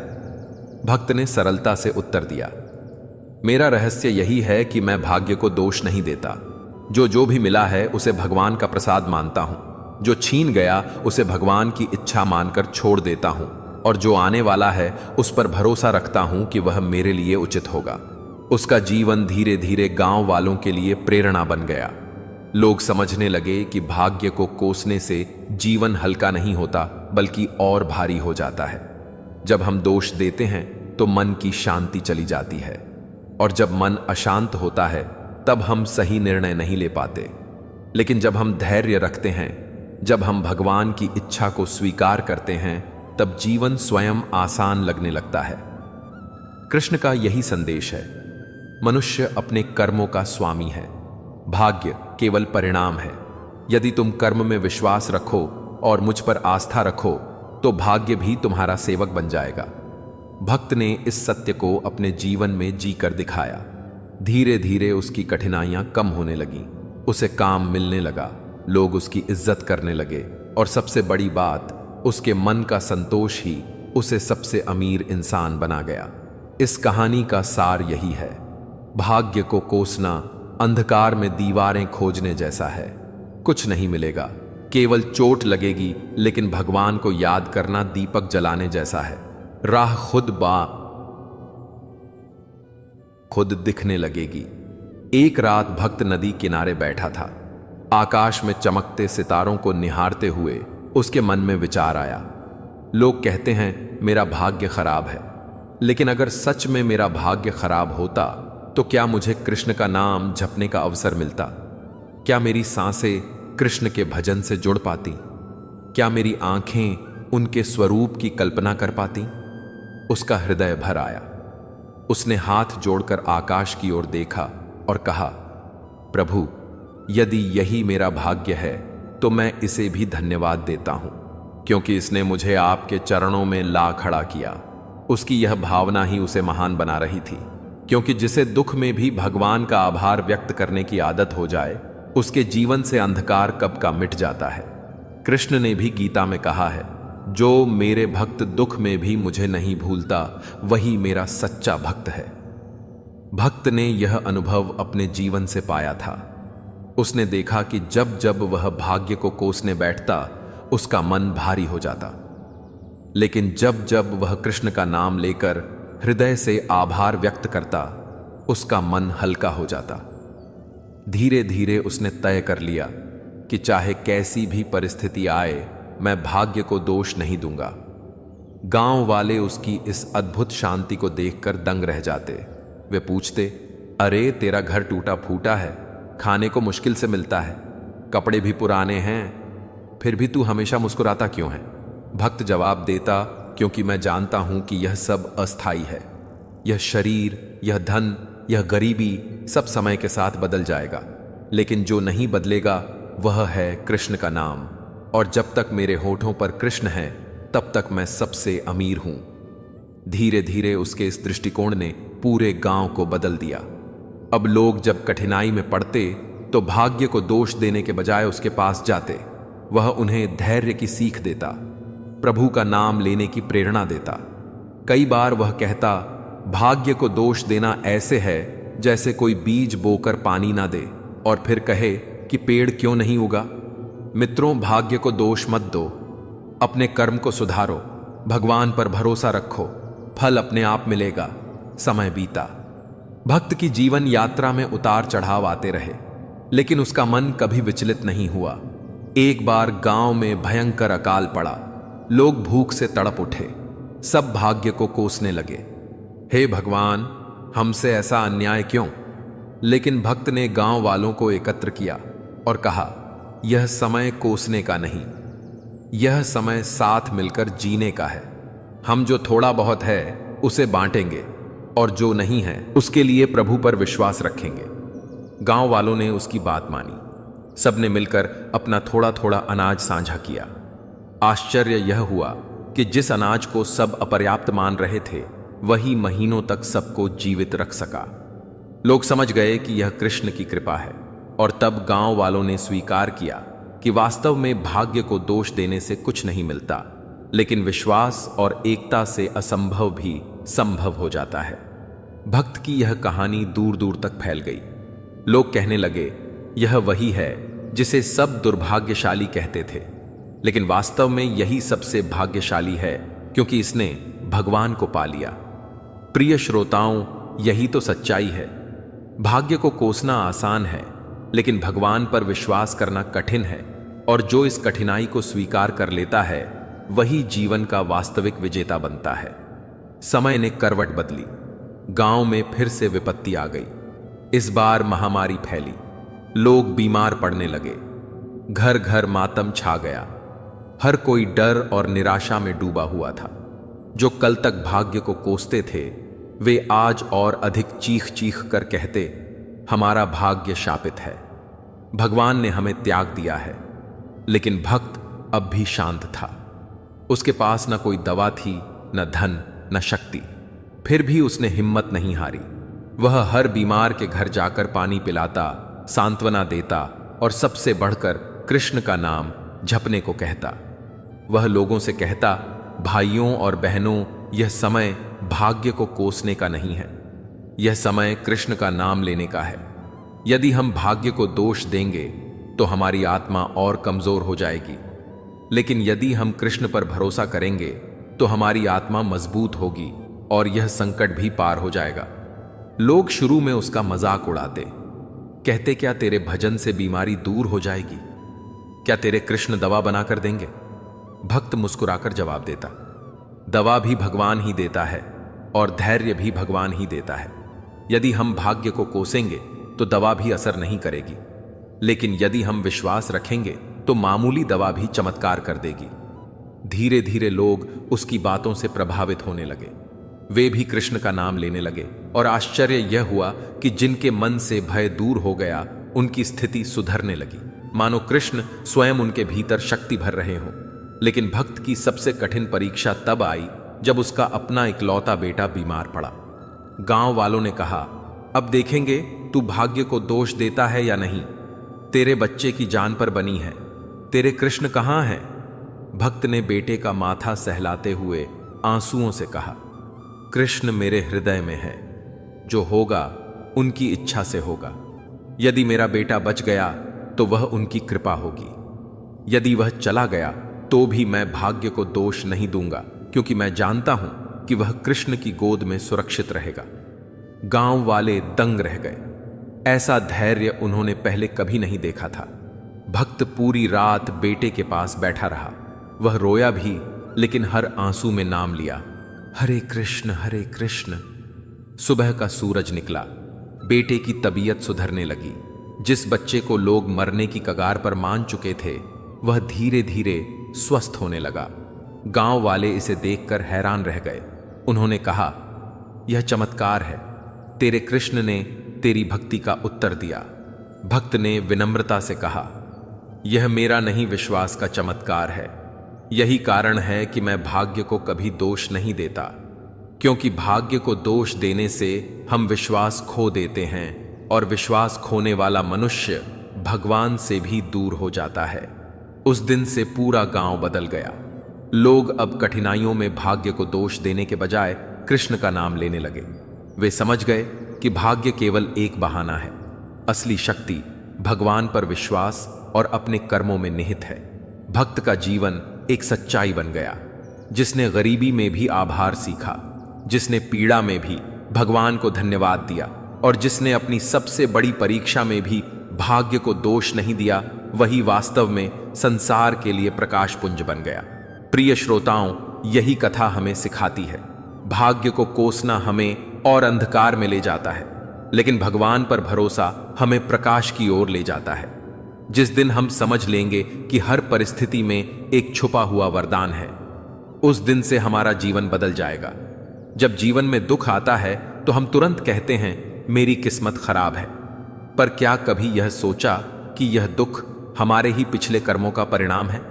गीता में कृष्ण ने स्पष्ट कहा है, कर्मण्यवाधिकारस्ते मां फलेषु कदाचन, अर्थात तेरे पास सिर्फ कर्म करने का अधिकार है, फल की चिंता मत कर, फल अपने आप तय होगा। फिर भी मनुष्य फल पर रोता है, कर्म पर नहीं। भाग्य को कोसने वाला इंसान यह भूल जाता है कि भाग्य आकाश से टपकने वाली कोई वस्तु नहीं है। यह तो हमारी ही जीवन यात्रा का नक्शा है, जिसे हम अपने कर्मों से बनाते हैं। जैसे किसान बीज बोता है और वही बीज खेत में फसल के रूप में लौटते हैं। किसान गेहूं बोकर चावल की उम्मीद नहीं करता, लेकिन इंसान पाप बोकर पुण्य की फसल चाहता है, बुराई बोकर सुख की उम्मीद करता है। जब ऐसा नहीं होता तो वह कहता है, मेरी किस्मत खराब है। कृष्ण ने अर्जुन से कहा था, अर्जुन भाग्य को मत कोस, खुद को देख, तेरे ही कर्म तेरे सामने खड़े हैं। युद्ध से भागेगा तो कायर कहलाएगा, युद्ध करेगा तो धर्म निभाएगा। यही जीवन का सत्य है। जब हम कर्म से भागते हैं तो दुख और दुर्भाग्य हमें घेर लेता है, लेकिन जब हम कर्म को स्वीकारते हैं तो वही भाग्य हमें सफलता और सम्मान दिलाता है। भाग्य को कोसना ऐसे है जैसे एक कारीगर अपनी बनाई हुई मूरत को दोष दे। अगर मूरत में कमी है तो उसकी जिम्मेदारी कारीगर की है। उसी प्रकार जीवन में कमी है तो वह हमारे कर्मों की है, भाग्य की नहीं। कृष्ण कहते हैं, भाग्य कोई कैद नहीं है, यह तो कर्मों का परिणाम है, और हर क्षण हर पल मनुष्य को नए कर्म करने का अवसर मिलता है। इसका अर्थ यह है कि अगर तुम्हें आज अपना भाग्य अच्छा नहीं लगता तो तुम आज से ही कर्म बदलकर। जीवन का सबसे बड़ा अवसर है। मनुष्य अक्सर दूसरों की तुलना करता है, उसे सब मिला, मुझे क्यों नहीं? लेकिन क्या कभी यह सोचा कि उसका कर्म अलग है? तुम्हारा कर्म अलग है। किसी ने वर्षों तक मेहनत की है, तप किया है, त्याग किया है, और आज वह सुख भोग रहा है, जबकि कोई व्यक्ति कर्म करने से बचता रहा, शिकायतें करता रहा, और आज वह दुख भोग रहा है। फिर भी दोनों का भाग्य ईश्वर ने नहीं लिखा, बल्कि दोनों ने अपने पने कर्मों से लिखा। इसलिए कृष्ण हमें सिखाते हैं, भाग्य को मत कोसो। अगर जीवन में दुख है तो उसे स्वीकारो, क्योंकि वही दुख तुम्हें मजबूत बनाएगा। अगर सुख है तो उसका आभार मानो, क्योंकि वही सुख तुम्हें प्रसन्न रखेगा। जीवन में याद रखो, जो तुम्हें मिला है वह तुम्हारे कर्मों का परिणाम है, और जो मिलने वाला है वह तुम्हारे वर्तमान कर्मों का बीज है। इसलिए भाग्य की शिकायत करने में ऊर्जा नष्ट मत करो। उस ऊर्जा को कर्म में लगाओ, क्योंकि जो अपने कर्मों पर ध्यान देता है उसका भाग्य अपने आप बदल जाता है। कृष्ण कहते हैं, शिकायत मत करो, स्वीकार करो, रो मत, प्रयास करो। भाग्य को दोष मत दो, कर्म को बदलो। यही जीवन की सच्चाई है। कभी कभी दुख तुम्हें तोड़ने नहीं आते, बल्कि बनाने आते हैं। कभी कभी भाग्य की चोट तुम्हें नीचे गिराने नहीं आती, बल्कि तुम्हें ऊंचाई तक ले जाने आती है। इसलिए हर परिस्थिति को ईश्वर का आशीर्वाद मानो। अगर तुम भाग्य को कोसते रहोगे तो दुख तुम्हें और दुखी करेगा, लेकिन अगर तुम भाग्य को स्वीकार कर उसे सुधारने के लिए कर्म करोगे तो वही भाग्य तुम्हारा साथी बन जाएगा। याद रखो, कृष्ण ने कभी अर्जुन से यह नहीं कहा कि भाग्य तुझे जीत दिलाएगा। उन्होंने सिर्फ यह कहा, कर्म कर अर्जुन, परिणाम अपने आप मिलेगा। इसलिए मित्र, भाग्य को कोसना छोड़ दो, अपने भीतर झांको, अपने कर्मों को देखो, अपने प्रयासों को बढ़ाओ। ईश्वर तुम्हें कभी खाली हाथ नहीं छोड़ेंगे। बस धैर्य रखो, विश्वास रखो और कर्म करते रहो। जब इंसान बार बार यह सोचता है कि मेरी किस्मत खराब है, ईश्वर ने मेरे साथ न्याय नहीं किया, तब वह अपने ही जीवन को और कठिन बना लेता है।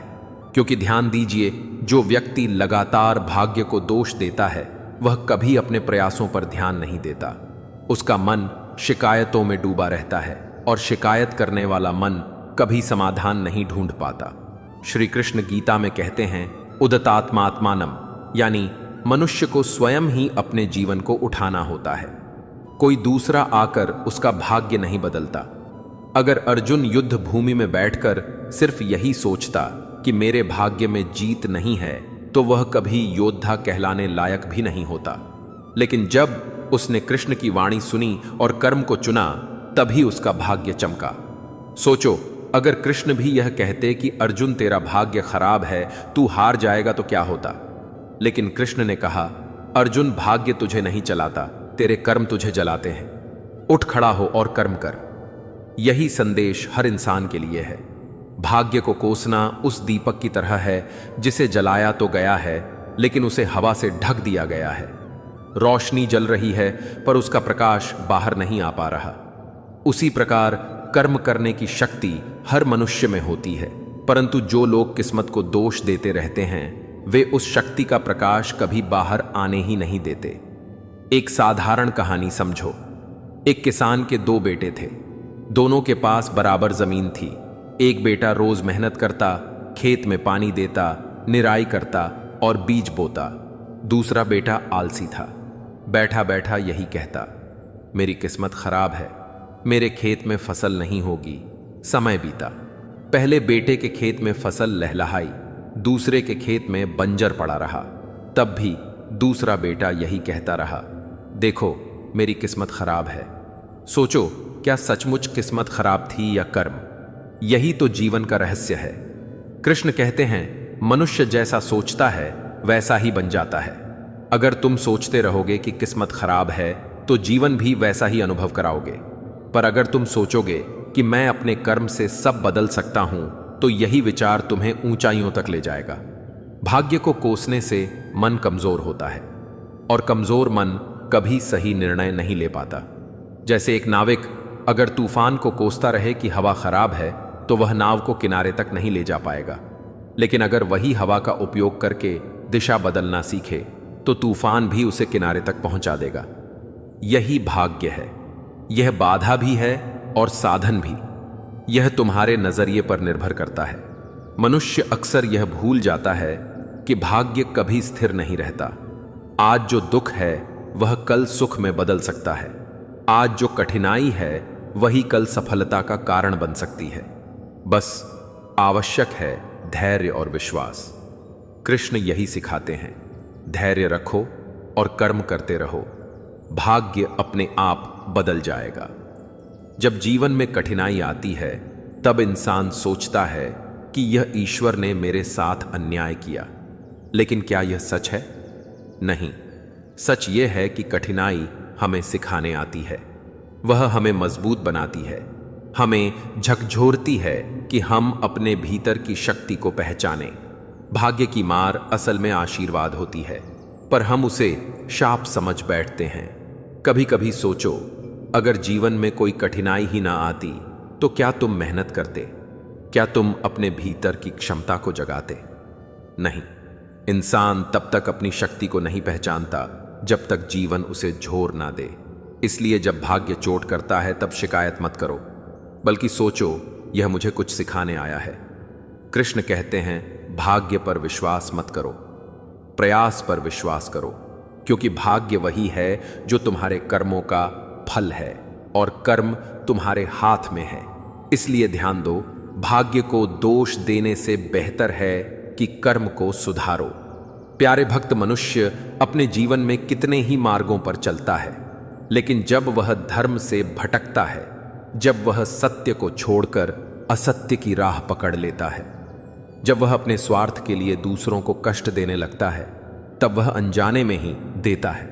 यह गड्ढा पहले तो छोटा लगता है, जैसे धरती पर एक हल्की सी दरार, लेकिन जैसे जैसे उसके कर्म पाप से भरते जाते हैं, यह दरार गहरी होती जाती है और अंततः इतना गहरा गड्ढा बन जाता है जिसमें से निकलना असंभव सा प्रतीत होता है।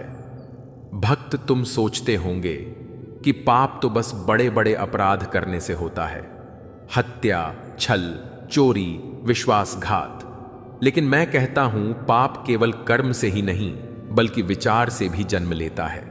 जब मन में ईर्ष्या, द्वेष, लोभ, अभिमान और क्रोध पनपता है तो वह भी पाप का बीज है। जब तुम किसी को गिरते हुए देख खुश होते हो या किसी की सफलता से जलते हो, तब तुम उस बीज को पानी दे रहे होते हो, और फिर एक दिन वह बीज तुम्हारे जीवन में फल देता है, लेकिन वह फल अमृत नहीं, विष होता है। पाप का गड्ढा छलावे से भरपूर है, प्रभुर है। पहले यह तुम्हें आनंद देता है, जैसे कोई चोर पहली बार चोरी करता है और बिना पकड़े जाने पर उसे साहस आ जाता है। वह सोचता है कि यह तो आसान है, यह तो मजेदार है, लेकिन हर चोरी, हर छल, हर झूठ उस गड्ढे को और गहरा करता जाता है। और एक समय आता है जब वह चोर भागना चाहता है, लेकिन उसके पैरों के नीचे केवल अंधेरा और दलदल होता है। प्यारे भक्त, मैंने अनादिकाल से असंख्य जीवों को इस गड्ढे में गिरते और छटपटाते देखा है। वे सहायता के लिए पुकारते हैं, लेकिन उनकी आवाज केवल तब सुनी जाती है जब उनका हृदय वास्तव में पश्चाताप से भर जाता है। केवल होठों से मुझे बचाव कहने से मैं नहीं आता, लेकिन जब आत्मा से पुकार उठती है, जब हृदय रोकर कहता है, हे प्रभु, मैंने गलती की, अब मुझे सही मार्ग दिखाओ, तब मैं स्वयं उस गड्ढे में उतरकर उसे उठाता हूं। पाप का गड्ढा केवल तुम्हें ही नहीं, तुम्हारे परिवार, तुम्हारे समाज, यहां तक कि आने वाली पीढ़ियों को भी प्रभावित करता है। जो पाप तुम आज करते हो, उसका बोझ तुम्हारे बच्चों पर भी पड़ सकता है। यह संसार एक यंत्र की तरह है, जहां हर क्रिया का फल किसी न किसी रूप में लौटता है। यदि तुम किसी का अधिकार छीनते हो तो समय तुम्हारा अधिकार भी छीन लेगा। यदि तुम किसी का दिल दुखाते हो तो एक दिन कोई तुम्हारा दिल तोड़ेगा। यही पाप के गड्ढा का नियम है। यह केवल खोदने वाले को नहीं, उसके आसपास के लोगों को भी खींच लेता है। भक्त, इस गड्ढे से बचने का केवल एक ही मार्ग है, धर्म का मार्ग। जब तुम सत्य को पकड़ लेते हो, जब तुम दया, करुणा, क्षमा और प्रेम को अपनाते हो, तब तुम्हारे चारों ओर प्रकाश फैलता है और पाप का अंधकार पास भी नहीं आता। याद रखो, एक दीपक चाहे कितना ही छोटा क्यों ना हो, वह अंधकार को मिटा सकता है। वैसे ही एक छोटा सा सच्चा कर्म भी पाप के बड़े से बड़े अंधकार को मिटाने की शक्ति रखता है। लेकिन मैं जानता हूं, मनुष्य के लिए हर समय धर्म पर टिके रहना आसान नहीं। यह संसार आकर्षणों से भरा है, धन का आकर्षण, वासना का आकर्षण, पद और सम्मान का आकर्षण। इनकी चमक पाप के मार्ग को स्वर्णिम बना देती है। तुम सोचते हो कि यह तो सुख की राह है, लेकिन अंत में यह तुम्हें उसी गहरे गड्ढे में ले जाती है जहां से ना प्रकाश है न शांति, केवल पश्चाताप और पीड़ा। प्यारे, यदि तुम अब भी उस गड्ढे के किनारे खड़े हो तो रुक जाओ। तय और बढ़ाओगे तो शायद लौटने का अवसर ना मिले। अपने विचारों को शुद्ध करो, अपने कर्मों को नियंत्रित करो। दूसरों का भला करने में ही तुम्हारा भला है। याद रखो, पाप चाहे कितना ही मीठा लगे, उसका अंत हमेशा कड़वा ही होता है। और यदि तुम पहले ही गिर चुके हो तो निराश मत हो। मैं यहां हूं तुम्हें उठाने के लिए, लेकिन तुम्हें अपना हाथ मेरे हाथ में देना होगा। वह हाथ जो अब पाप से हटकर धर्म को थामने के लिए तैयार है। पश्चाताप से बड़ा कोई स्नान नहीं और प्रेम से बड़ा कोई उद्धार नहीं। मैं तुम्हें अंधकार से निकालकर प्रकाश में ला सकता हूं, लेकिन शर्त यह है कि तुम सचमुच बदलना चाहो, क्योंकि पाप का गड्ढा स्वयं नहीं बनता, वह तुम्हारे हाथों बनता है। और जब तुम अपने हाथों से निर्माण रोक दोगे, तभी उसका विस्तार भी रुक जाएगा। मैं तुम्हारे साथ चलूंगा, तुम्हें सहारा दूंगा, तुम्हें गिरने से बचाऊंगा, यदि तुम सच्चे मन से मुझे अपना मार्गदर्शक मानो। भक्त पाप का गड्ढा केवल एक स्थान नहीं, यह एक अवस्था है। यह तुम्हारे मन की वह गहराई है जहां अच्छाई की रोशनी नहीं पहुंच पाती। जब तुम बार बार वही गलत काम करते हो, जब तुम चेतावनी को अनसुना करते हो, जब तुम अपने अंतःकरण की आवाज को दबाते हो, तब तुम धीरे धीरे उस गहराई में उतरते जाते हो। शुरू में तुम्हें लगता है कि सब ठीक है, कोई देख नहीं रहा, कोई पकड़ नहीं सकता। लेकिन याद रखो, मैं देख रहा हूं। मैं न केवल तुम्हारे कर्म देखता हूं, बल्कि तुम्हारे मन की मंशा भी देखता हूं। तुम्हारे जीवन के हर कदम का हिसाब ब्रह्मांड के नियमों में दर्ज होता है। पाप का गड्ढा किसी बाहरी सजा से नहीं बनता, यह तुम्हारे कर्मों के कारण अपने आप खड़ा हो जाता है। जैसे नदी में बहता पानी किनारों को काटता है, वैसे ही गलतियां धीरे धीरे तुम्हारे जीवन के आधार को काटती जाती हैं। और एक दिन तुम देखोगे कि नीचे केवल खालीपन है, जहां खड़े होने के लिए कोई जमीन नहीं बची। प्यारे, बहुत से लोग यह सोचकर पाप करते हैं कि बाद में पश्चाताप कर लेंगे, बाद में सुधार कर लेंगे। लेकिन यह सोच बहुत खतरनाक है, क्योंकि पाप की आदत, पाप का स्वाद एक नशे की तरह है। पहली बार आसानी से छोड़ सकते हो, लेकिन बार बार करने पर यह तुम्हें बांध देता है और फिर तुम चाहकर भी उस जाल को तोड़ नहीं पाते। यही कारण है कि मैं कहता हूं, जैसे ही तुम्हारे मन में पहली बार गलत विचार आए, उसी समय उसे रोक दो। बीज को अंकुर बनने से पहले नष्ट कर दो, वरना यह पेड़ बनकर तुम्हें ही अपनी जड़ों में जकड़ लेगा। भक्त, इस संसार में पाप का गड्ढा केवल उन लोगों के लिए नहीं है जो बुरे दिखते हैं। कई बार सज्जन दिखने वाले लोग भी अपने भीतर स्वार्थ और कपट छुपाए रखते हैं। वे बाहर से मुस्कुराते हैं, पर भीतर